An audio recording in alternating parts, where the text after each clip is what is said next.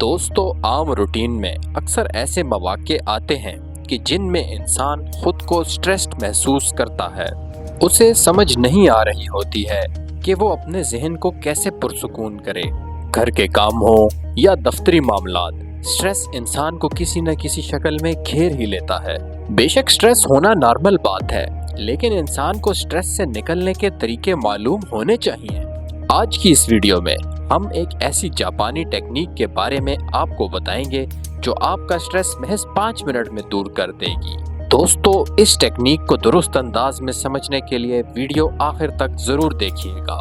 تو ساتھیو، سب سے پہلے آپ اپنا ہاتھ کھول کر اپنے سامنے رکھ لیجئے۔ آپ یوں سمجھ لیں کہ آپ کے ہاتھ کی ہر انگلی آپ کے ایک ایموشن اور ایک فیلنگ کو ظاہر کرتی ہے۔ آپ کو یوں سمجھنا ہے کہ آپ کا انگوٹھا پریشانی اور انگزائٹی سے لڑنے میں آپ کو مدد فراہم کرتا ہے۔ انڈیکس یعنی شہادت والی انگلی آپ کو خوف سے نمٹنے میں مدد فراہم کرتی ہے۔ پھر یوں سمجھیے کہ درمیانی انگلی آپ کو ندامت اور خوف سے لڑنے میں مدد فراہم کرتی ہے۔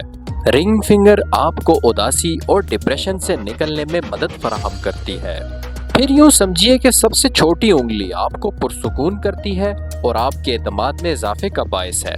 ان انگلیوں کے ایموشنز کو دہرا لیں تاکہ آپ ان کو ضرورت کے وقت بآسانی استعمال کر سکیں۔ انگوٹھا انگزائٹی سے نکلنے کے لیے، شہادت والی انگلی خوف سے نکلنے کے لیے، درمیانی انگلی غصے اور ندامت سے نکلنے کے لیے، رنگ فنگر ڈپریشن اور اداسی سے نکلنے کے لیے، اور چھوٹی انگلی پرسکون ہونے اور خود اعتمادی کو بڑھانے کے لیے۔ تو ساتھیو، اب آپ ہر انگلی کو دوسرے ہاتھ کی انگلی اور انگوٹھے میں لپیٹ کر باری باری 1 منٹ کے لیے پکڑ کر دبائیں۔ اس طرح آپ اپنے سب ایموشنز کو سکون میں محسوس کریں گے، اور جب تک آپ کو دبی انگلی میں خون کی تیز گردش نہ محسوس ہو تب تک آپ اس انگلی کو دباتے رہیں۔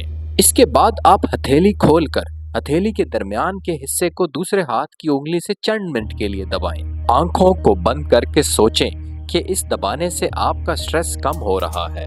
ساتھیو، اس طرح اس دبانے کے دوران آپ اپنے ذہن سے تمام منفی سوچیں نکال دیں گے۔ اس کے بعد تھوڑا مسکرائیں۔ آپ محسوس کریں گے کہ اب آپ کا سٹریس کم ہو چکا ہے۔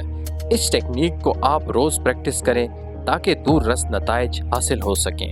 اس کے علاوہ سٹریس سے نکلنے کے لیے روز ورزش کیا کریں، اپنے پیاروں کے ساتھ گھومنے پھرنے جایا کریں، اور یہ سوچا کریں کہ آپ کی پریشانی کیا آیا آپ کے لیے اگلے سال بھی اتنی ہی اہم ہوگی۔ اس طرح انسان کو یہ پتہ چلتا ہے کہ اس کی تقریباً زیادہ تر پریشانیاں اس کی زندگی پر چند دن سے زیادہ اثر نہیں ڈال سکتی۔ تو ساتھیو، اس لیے زندگی جئیں اور کھل کر جئیں۔ تو دوستو، آپ بھی اس جاپانی ٹیکنیک پر عمل کیجئے اور ہمیں کمنٹ باکس میں بتائیں کہ آیا یہ ٹیکنیک آپ کے کسی کام آئی ہے یا نہیں۔ اگلی ویڈیو تک کے لیے اللہ حافظ۔